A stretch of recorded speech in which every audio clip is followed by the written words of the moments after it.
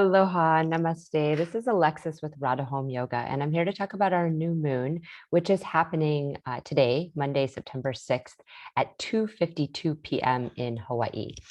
And this new moon is happening in sidereal Leo in a star called Purvaphalguni.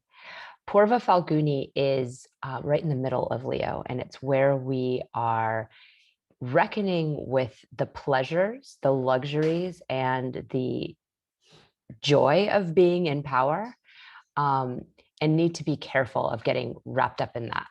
We have three stars that make up Leo. The first one is called Magha, and this is where we are taking in the information from our predecessors. It's ruled by the Pitris, the ancestors of mankind. And this is the part of kingliness or the kingdom where the king has to check in with the past and bring forward the traditions and the ways of doing things that have been done before, to bring forward that connection to source that is so important in leadership, right? We need to be connected to something higher than ourselves when we're leading, and also needs to be aware of what didn't work in the past, what things we've done that were not right, or that the ancestors have done that were not right, that we need to rectify going forward. So it's kind of the spiritual side of coming into the kingdom is Magha. And then we move into Purvaphalguni, and Purvaphalguni is where it's like we can get a little bit lazy about upholding those values and upholding that principle of always connecting through source in order to lead from a really aligned place. It's where we can get wrapped up in having money and having comfort and luxury, in being in power and getting to do whatever we want. It's where we can get really fixated on what we see with our eyes. The deity that rules Purvaphalguni is called Bhaga. And Bhaga is a word for delight. It's the pleasure, it's the delight, it's the joy, it's the happiness. It's also a word for yoni, for the female reproductive organ. And it's also a word that can refer to God. If you know the word Bhagavan, often Krishna will be referred to as Sri Bhagavan, or somebody in India might even refer to their parents that way. Because much like a king, our parents are considered to be our connection to something higher as well. So here in Hawaii, they would call the kings ali'i, and they were connected to, they were considered to be part of God, of Akua. There was a connection they had that regular people didn't have. And we can see that that's not true anymore. That's not something that we have in our current world of politicians and leaders are now not coming from some connection to source or even lineage in most places, although there is still that element of being born into a political family or being born into money, at least. That would have someone move to that position of power and prominence. But it's definitely different than it used to be when the world had kingdoms all throughout, and these kings and queens were chosen for very particular sets of reasons, usually familial. But there was a connection to spirituality, to whatever religion or way of connecting to source that community, that culture had. And that's an important element in our leadership, to have a connection to the past as well as to that which is bigger than all of this, right? Bigger than our world, bigger than ourselves and our societal issues, something that lasts and is everlasting throughout time, whatever you want to call that, whether it's source, whether it's energy, whether it's love, whether it's God, whether it's goddess. There needs to be some line between how we're managing things, how we're choosing to organize, structure, and rule, that is coming from something higher than just human needs, wants, and deficiencies. So in Purvaphalguni, all those human qualities really come out. And there's a joyful part. There's a part where we're really enjoying what we're doing. The Falgunis are sister stars. So there's Purvaphalguni and then there's Uttara-Phalguni. And Purvaphalguni is the early reddish lady, or the first reddish lady. Uttara-Phalguni is the later reddish lady. And the reddish lady refers to the maiden ripe for marriage.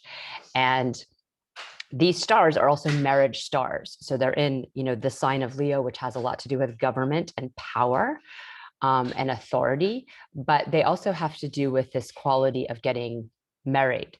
And if you think of, again, the king and the queen getting married, there might be the part in time when there's a courting and everything's fun and flirty and enjoyable. And this would be the Purvaphalguni part, where there's a quality of enjoyment and pleasure. And then the Uttara-Phalguni part is where things have to get more serious and more real, where contracts have to be written, agreements have to be made, and the long-term goals have to be looked at.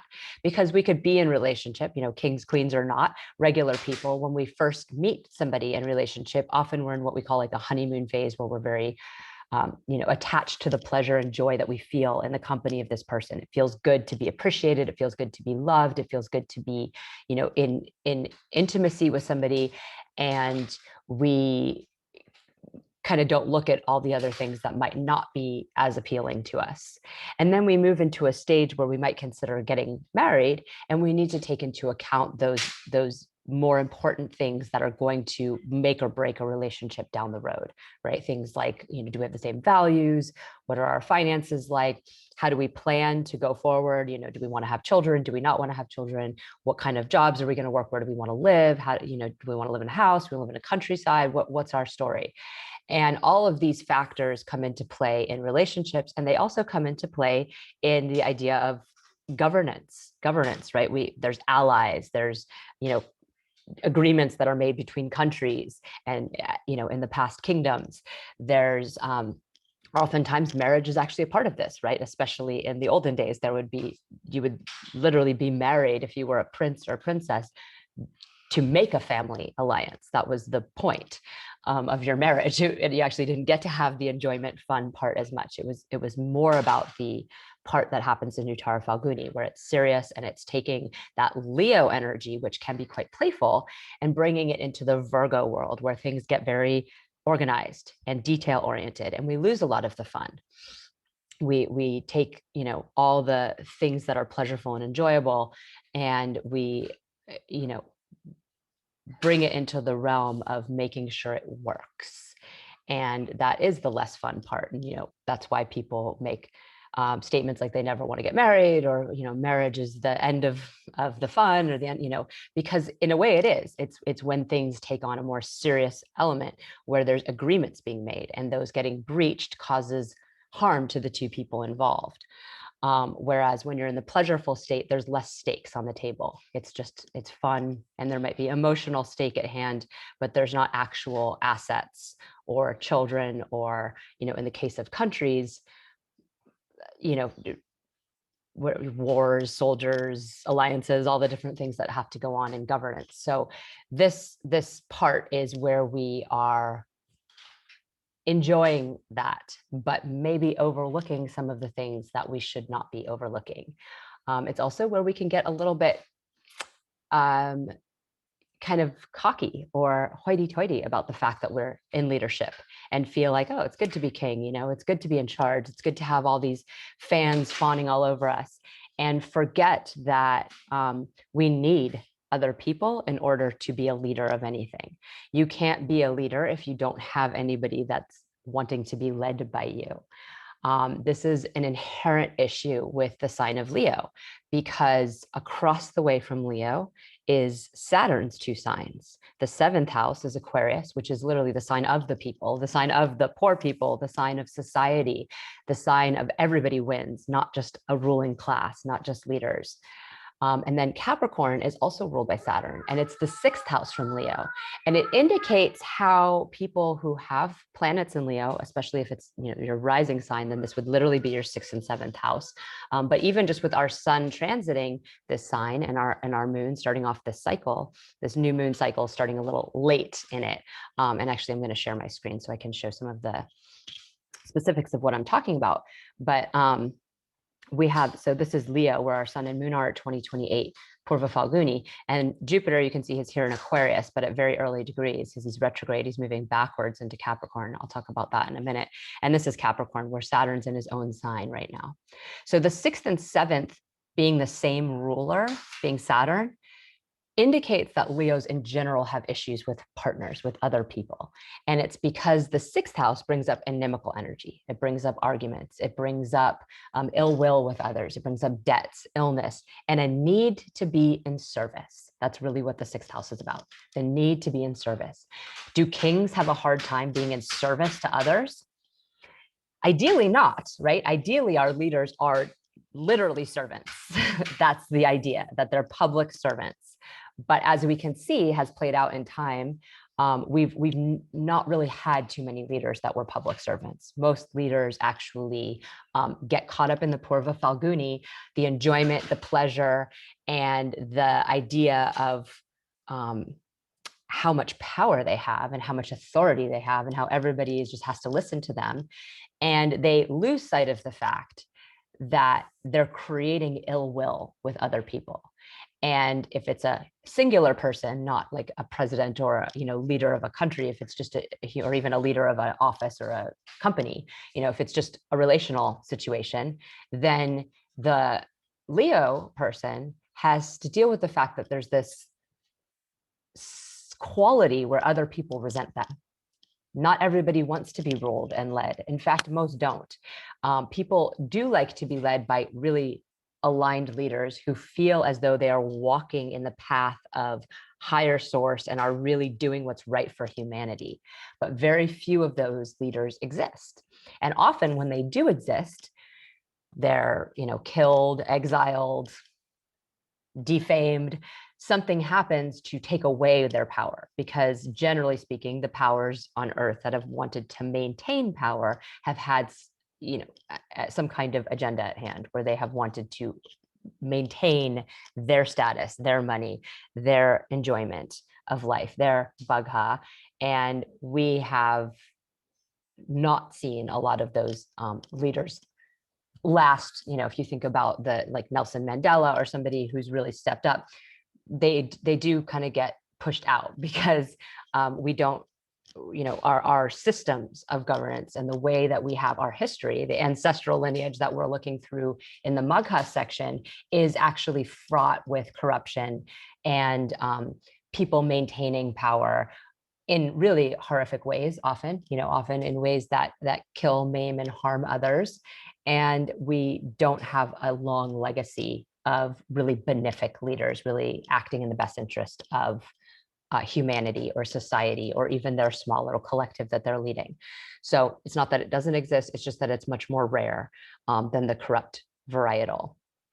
So this quality of sixth and seventh house is something that is important, because it indicates that what would really elevate us when we're in Leo, and for all of us right now, we're in that, whether you have planets there or not in your chart.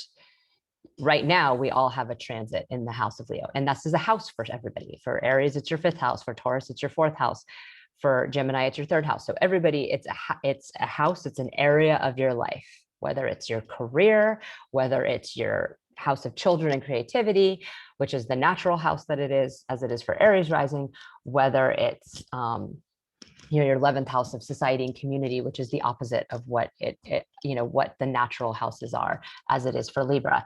Whatever house it is for you, it exists, whether or not there are planets in it. And right now there are planets in it. Right now, the sun and the moon, our two luminaries, are in it, and they're starting off this new moon cycle, despite it being late in the sun's tenure in Leo.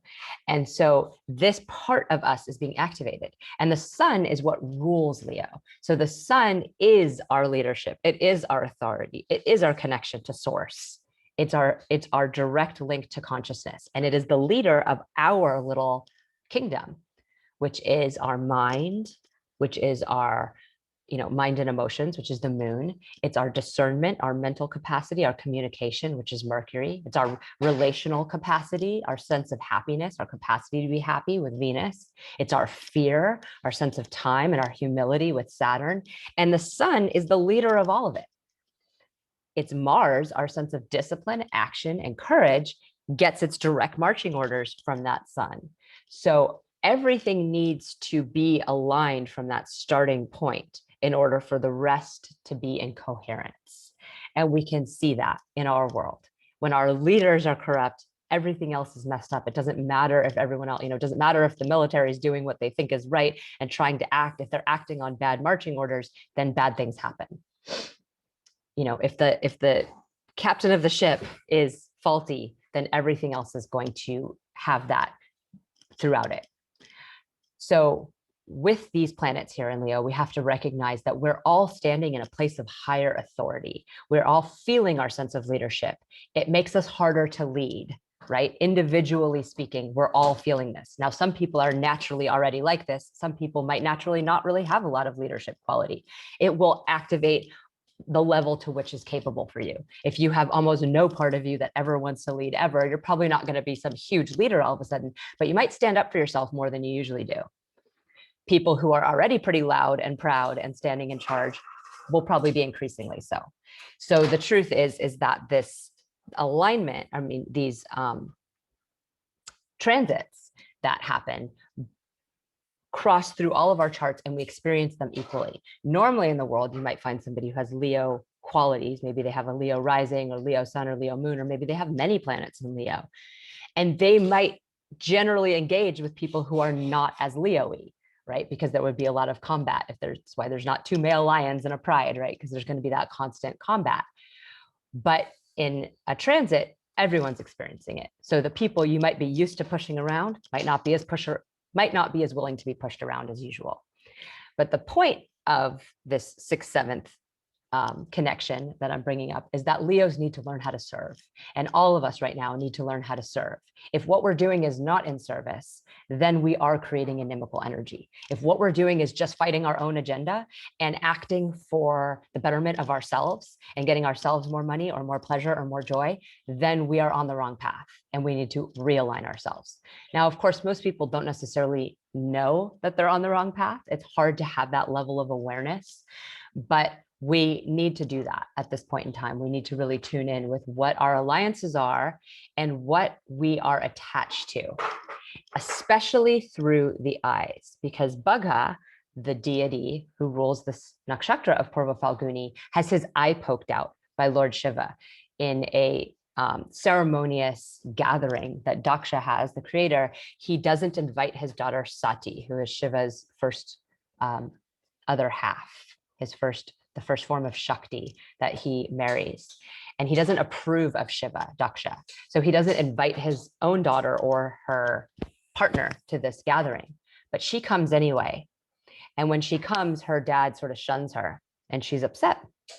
And she ends up throwing herself on the ceremonial fire as a statement of how she's not respected in any way. And actually in one variation of the story, Shiva actually told her she couldn't go either. And she turns into the Das Mahavidya, she turns into the 10 wisdom goddesses and shows him how much she's going to listen to him and his authority, and then does the same thing to her dad, and then ends up throwing herself on the fire to show them that she's tired of not having any respect. But Shiva comes in his form of Virabhadra, which is the warrior. Yoga is the warrior poses, and he creates havoc in this party, just goes around maiming people or hurting people left and right. And Bugha is one of the deities who he harms, and he harms him with poking out his eye. And so oftentimes you'll see that people with Purvaphalguni planets have an obsession with what they see with their eyes. They get caught up in beauty. They got caught up in the lust, and not just the romantic lust or the sexual lust, but also, lust for objects, lust for pretty baubles, lust for stuff. And there's a lack of capacity to take that reasoned, measured approach of seeing what the long-term effects of that which we see with our eyes is going to have. And it doesn't just have to be fancy objects and love and sex and all this kind of stuff and beauty. There's also the things that we see with our eyes that look really easy, like easy ways out, you know, or something's like, oh, this is like a win-win. Everything's perfect. Awesome. Let's do this. And it's like a quick little short thing, like if you've ever bought a car or anything like that used, and you just see the like, oh, perfect, it's the price I want, it's this, and this, but then it's like you show up and the car is not any of the things that you wanted, but you're attached to that list of stuff that you pre-decided, and it's perfect and it's easy. And so let's go for it. And then down the road, when we get into the place where we have to, you know, be aware of long-term effects and consequences of our actions, we find out that maybe we shouldn't have sold ourselves so short in the beginning and just made a quick and easy choice. That sometimes quick and easy is founded on very faulty ground. So this is a lot of what we're going to have to realize as we move forward here, is that what we see with our eyes is not necessarily the whole picture. There's a lot more. And if we don't dig deeper, then we are going to suffer in the long run. Our contracts, our agreements, our negotiations that we make are not going to be solid. And we're going to have to pay that price later. We do have Jupiter across the way here, but it's in very early degrees. There's not a very tight drishti with the two of them, which is a gaze. It's quite far. We've had this effect going on for a while. The sun's been in Leo for a while and Jupiter's been here. So we've had this effect of the Jupiter issues in Aquarius, and Jupiter is our sense of wisdom, our sense of beliefs, our sense of ideals. And retrograde, they're internalizing. We're not putting them out into the world as much. They're getting internalized. They're burbling up. And in Aquarius, it's very much about social injustice, very much so. So whatever the issues are that you believe to be socially unjust, those are or unjust, those are getting more and more into us, and we're focusing more and more on them internally, not externally. That means not as much action out in the world. Saturn has been in his own sign for a very long time also, but he's just like Jupiter been retrograde since Saturn's been retrograde since May, Jupiter's been retrograde since June, and they're both going to end that period mid-October. So they're slowing down to a stagnant standstill right now. And that, you know, quality of being stationed that we're coming upon is one of feeling stuck. So instead of just moving backwards and going over past ground, it's like digging the heels in and being stuck. And the other thing that's really important about this is that Jupiter's moving back into Capricorn. So we can see that the degrees are so early that he's going to be back into Capricorn on the 13th of September. And Capricorn and Jupiter is not a good placement. Jupiter was in Capricorn last year. We saw it from November of last year to April of 2021. It's a constricting placement for Jupiter. Jupiter is where we want to expand. It's where we want to evolve. It's where we want to connect to God. It's where we want to have the magnanimous quality of really seeing God in all, right? Seeing everything as potential. And it's where we are hopeful and inspired. And in Capricorn, our inspiration is survival. It's like, we just got to live. We just got to make it through this day. Saturn in Capricorn is reminding us that no matter what, we will die. Saturn is there to remind us in his own sign of appropriate fear. You should be afraid of dying. You will definitely die. That's actually the only thing you're guaranteed upon birth, is that you will die. And it might be tomorrow, and it might be 2 weeks from now, and it might be 70 years from now, and maybe you get to live to be 105. But no matter what, you're going to die one day, and you're going to come here alone, and you're going to exit alone as well. And so you need to make peace with that. You need to lose your attachment to living, because it isn't. That's a false attachment to have. You need to, drop into oneness through meditation and through time alone, solitary time. So Saturn entered Capricorn in January of 2020. Immediately, we were all at home. And people were dying. And this very cold, harsh reality of Saturn is what we're being taught at this time. While he's retrograde, we are not as clear on that. our fear is a little bit different. We're internalizing that energy. Again, when it's retrograde, it becomes very acute to us. We're experiencing it, but we're not as good at outputting. And when a planet is in really solid dignity, like in its own sign, retrograde harms it because it harms its intelligence, because we want that planet to be acting forwardly, because it's doing what it's supposed to be doing. It's appropriately experiencing time, its effects, the fear and humility that comes with that. When it's retrograde, it's not outputting. It's just building up. But Jupiter, when he enters Capricorn, is going to bring that same restrictive energy we experienced last year, that same quality. And we can already see it happening, right? We see that in Texas, they've restricted women's rights to choose about whether or not to keep a pregnancy. We see in other places like California and New York and possibly even here in Hawaii, they're creating a passport system in order to enter establishments. You need to have a passport in order to enter, proving your vaccination status. So these are laws and regulations that are being placed on people to restrict, right, out of fear. That's Jupiter moving into Capricorn. How can we restrict? And in fact, actually in Hawaii, it's set to start on September 13th, the day Jupiter moves into Capricorn. We'll see that Oahu is going to have this passport system set up.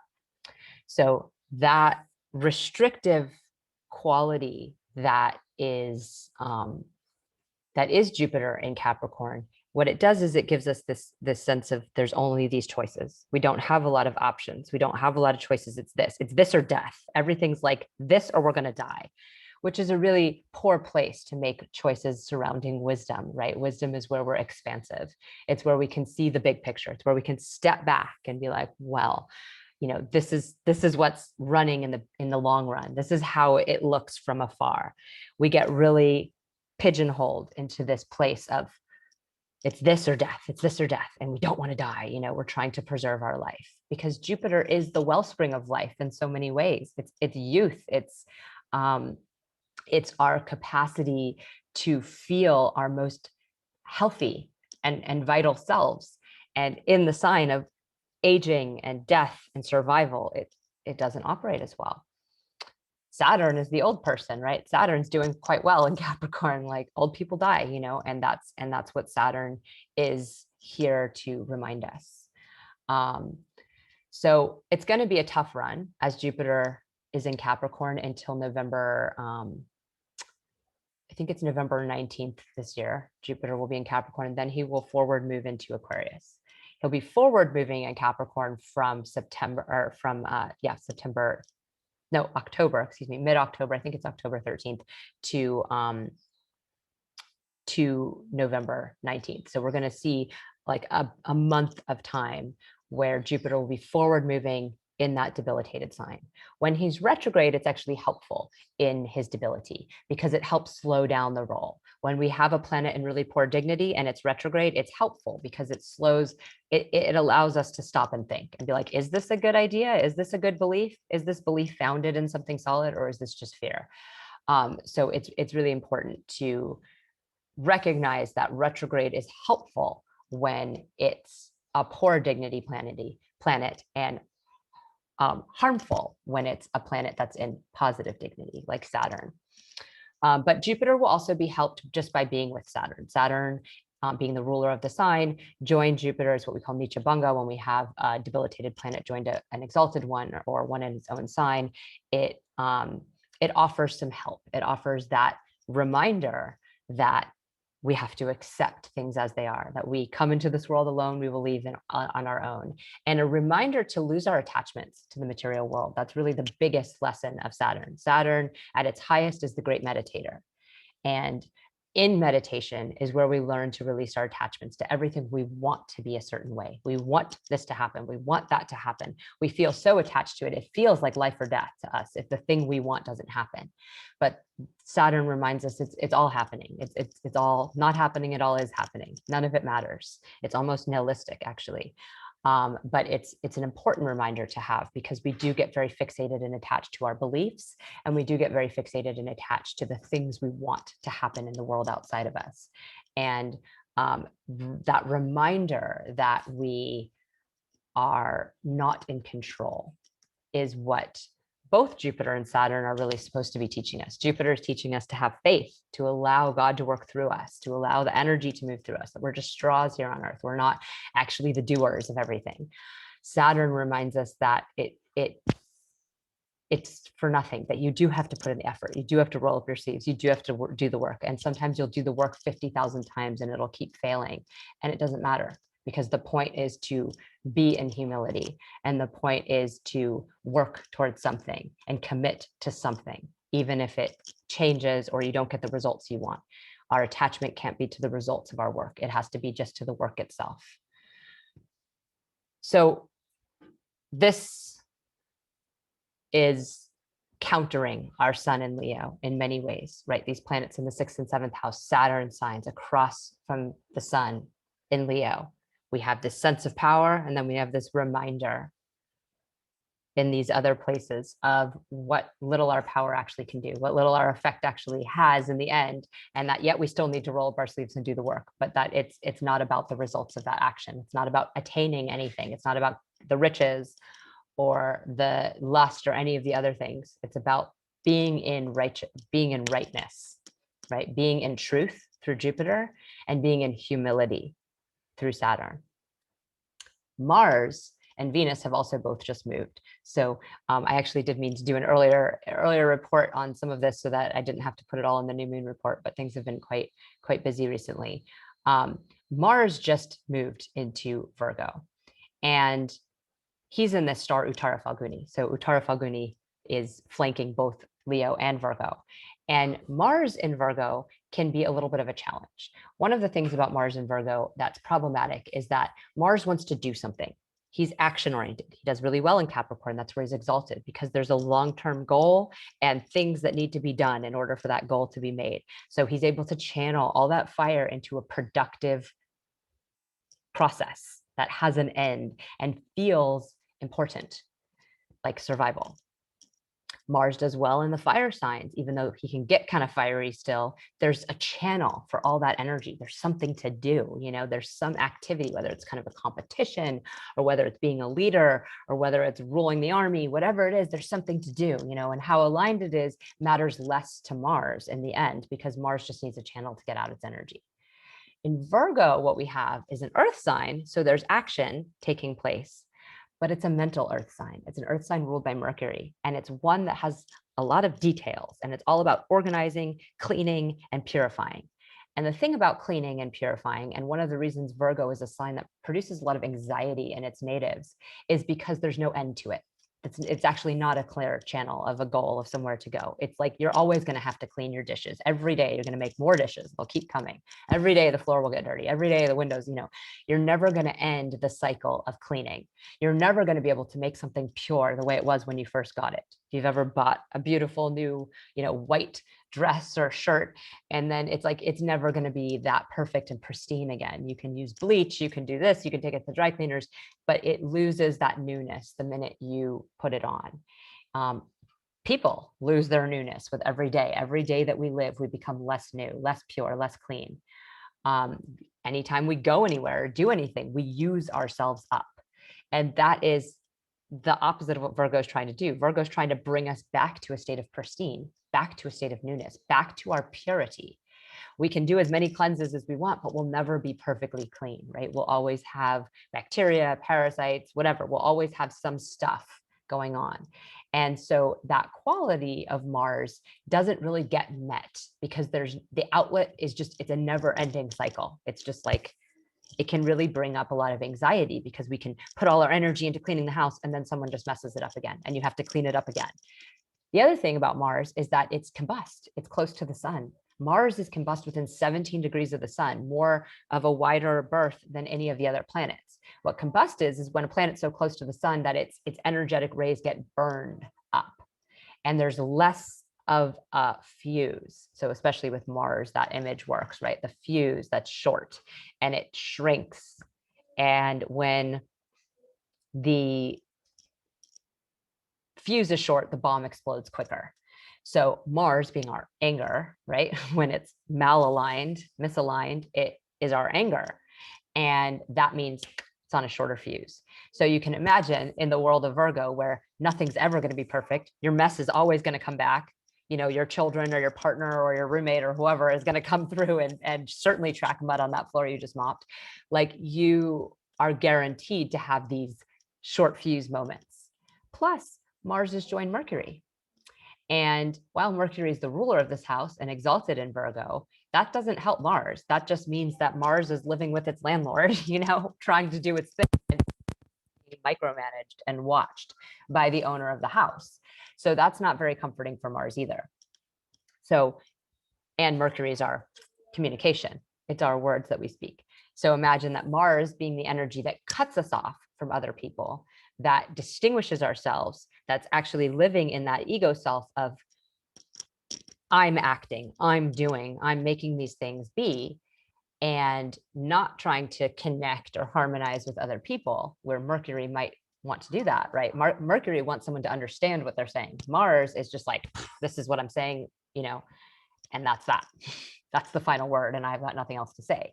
So Mars and Mercury being joined is also going to cause some issues with short speech, especially because Mercury is exalted in Virgo. And the reason it's exalted in Virgo is because it's clear, concise communication. That categorizing quality, that detail-oriented quality of Virgo actually allows our words to stay true to what they mean. So we don't get real fancy and we're not really emotional or passionate. We're staying with the objective quality of these are the details of what I'm trying to say, and this is what I've said. And we don't get off track as much. So that, which is precise speaking and good for communication, can also seem a little bit robotic to many people because most of us don't necessarily have our Mercury in Virgo. So that kind of clean speech that doesn't have a lot of emotion in it also doesn't have a lot of connectivity in it. And Mars adding to that very cut off, this is black, white, it's right or wrong, wrong quality, with a little agitation and a little anxiety because they're short on time because they just cleaned the whole house and now it's all messy and they got to clean it all again. It's going to equal some short exchanges. And because we have all this pent up energy here with this Jupiter and Saturn, there's a lot of things people aren't expressing, right? Virgo and Capricorn are two places where they're earth signs. So there is a quality of slower movement, but forward action. There's not as much, they're feminine signs. They're not as much output into the world. And while we have had Jupiter in Aquarius, it's been retrograde since June. So it's not outputting either. There's not as much output going on. So what's outputting really strong is the sun, our power, our authority, our leadership. But all this other stuff is kind of pent up. These other feelings are going to be pent up. And while we might have a clearer way of communicating them, it could be short. And the transit of Venus out of Virgo into her own sign of Libra is a positive for connectivity. She was in debilitation in Virgo. And while for the second part of that, she was joined Mercury. So there was that same thing we had over here, that Nietzsche, or that same thing we're going to have over here with Jupiter and Saturn joined, which we did have last year also. Nietzsche Bunga, where there's an exalted planet joined a debilitated one, or in this case, it's both exalted and the ruler. We still had Venus in its place of debilitation. And the reason Venus is debilitated in Virgo is because that nitpicky quality of wanting everything to be pure and perfect doesn't really make us happy. It doesn't equal happiness. It doesn't make us able to enjoy and relish in pleasure. If you think about sexual pleasure, it's messy, right? In order to have a passionate good time, it's going to be messy. It's not going to be neat. And that tidiness of Virgo is going to be like, but the sheets are getting like this, but this is like this, my clothes is getting messed up. That quality of Virgo is going to bring out the less fun and romantic and enjoyable parts of us.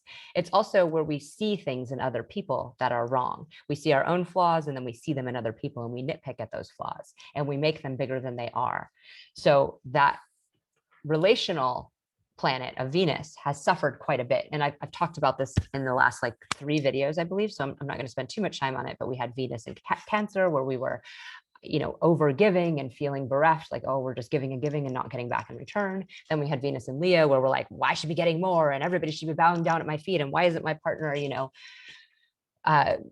honoring me more and treating me like the king or queen that I am. And then the Virgo part where it's like, and you do this wrong, and you do this wrong, and you do this wrong, and you do this wrong. And so relationships have taken a bad hit for these last few months. It's been a very rough run for relationships. And now she's breathing in her own sign of Libra, where we do want harmony, we do want beauty, we do want connectivity, and we want things to be fair. We want things to be right. So for the many, many people who've sort of ended relationships over the last few weeks, especially when Venus was in Virgo, what we've seen is now there can be a reconciliation, not necessarily one that brings you back together. Because one thing I like to really make clear to clients especially is that sometimes these negative experiences we have with our relationships are pointing out things we needed to see. There's going to be a group of people who have a really solid relationship and just went through it a little bit. But there's going to be also a lot of people who really saw massive flaws in their relationships or with their partners at this time that were very important to see. And wanting to harmonize again does not mean forgiving all that stuff and deciding, oh, well, it's okay that all those things happen because I just want to get along and be in relationship and have everything look nice in society and be beautiful and harmonious. Finding that reconciliation is making true compromise, right? Compromise that works for everyone, where we are able to move forward in grace, but also where we're not moving forward swallowing something that isn't okay with us to swallow. And so we, as Venus transits her own sign, it's the very beginning, so we have a few weeks here, it's an opportunity to make peaceful agreements, peaceful amends with people. And there is going to be all this pent up beliefs and all these pent up things happening. Whatever house this is for each person will really make a difference. For Scorpio, this is the 3rd and 4th house. It's going to make a big difference what houses, what areas of your life are being affected. But the quality of being able to harmonize can be something where you peacefully move forward, not to get back together or not to, reconvene, but to make things nice in the aftermath, to recognize that maybe just we two people couldn't work together. It doesn't mean you're bad or you're wrong, or I'm bad or I'm wrong. It just means that we're not at that point where we can really actually make this work. And so how can we move forward in respect and kindness and allow ourselves to do the things we'd already made contracts about, all that stuff that already happened, that Purvaphalguni stuff that it's already happened between us. How can we go forward without without making things worse, and with respect and dignity towards each other. So that's one really positive view of Venus now entering Libra. Again, there's going to be people who it does mean that whatever fight they had is just perfectly okay and it's fine.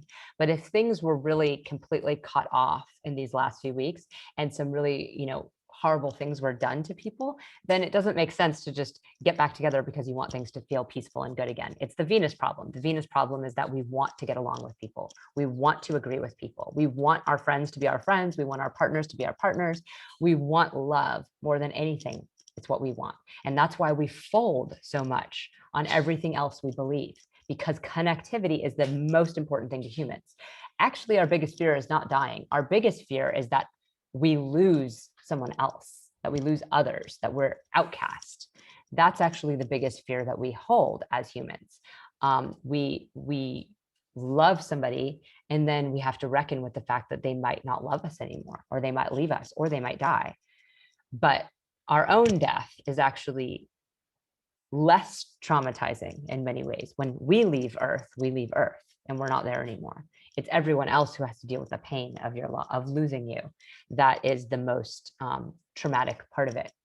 And this Venus thing is how we live most of our lives, right? We're trying to connect with people. And in today's society, it feels really uncomfortable because people haven't been connective, right? We've been so battling and everything's become so divisive that inherent part of us that wants to get along with others is not being met. So it becomes tribalized. Like, okay, well, this is my group over here, this is my group over here, and this is what I agree with, and this is what I agree with. And that's how you get that hit of, the dopamine of like, okay, someone's on my side, somebody likes me, I belong somewhere is really at the heart of it. I belong somewhere. So with Venus in her own sign of Libra, it's an opportunity for us to find the ways in which we belong that honor ourselves, because that's really what we should have learned over these last few months, is how our relationships need to honor us, who we are, because it's not a good relationship if you can't be yourself. And it's not a good relationship if your boundaries aren't being honored. And it's not a good relationship if your partner doesn't listen to you. And it's not a good relationship if you two don't have the same aligned goals and values moving forward. It can still be a good relationship if your partner just, doesn't ever clean up their dishes and that bothers you.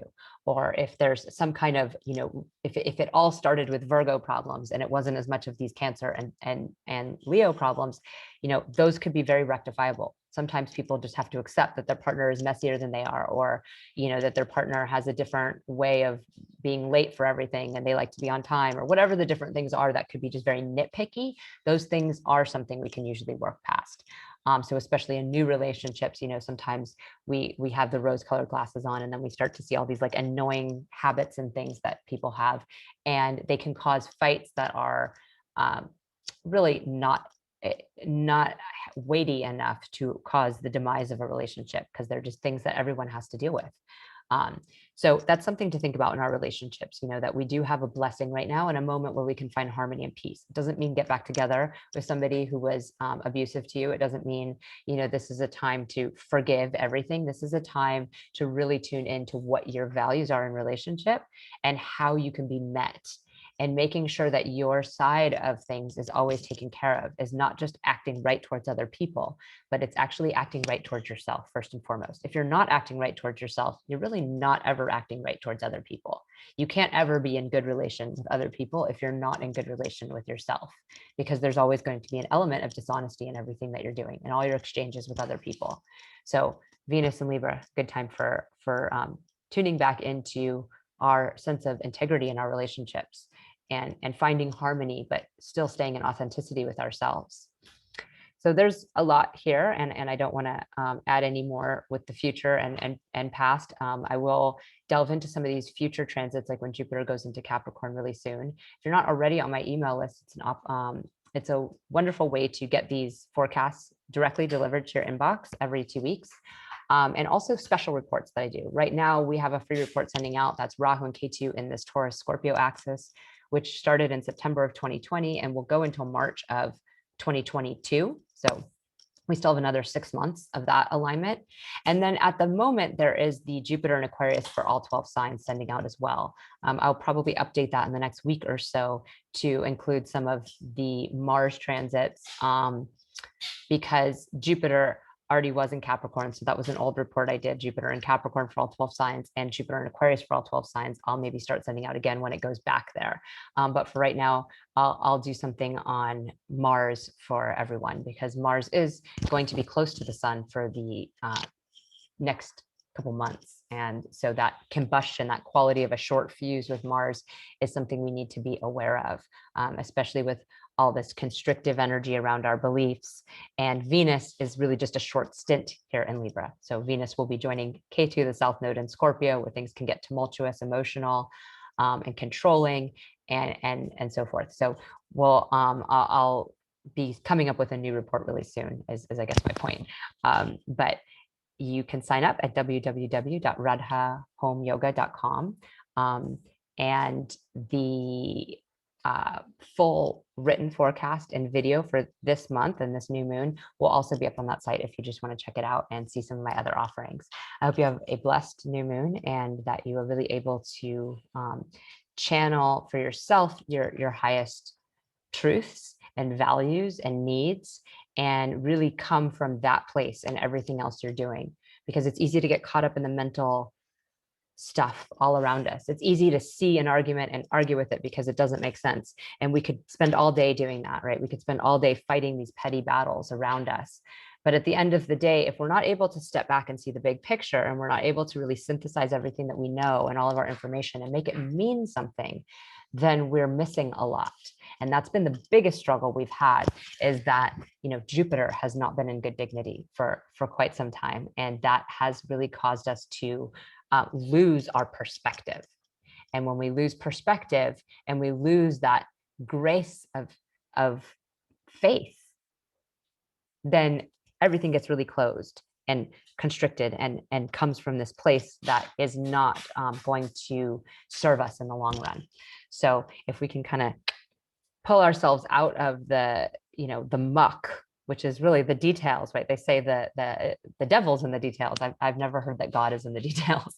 So God is in the expansion. God is when we step back. God is when we are able to see everything and get our nose out of every little battle that we can find, because there will always be many. And our job isn't to just battle other people all the time. That's not actually how we get anywhere.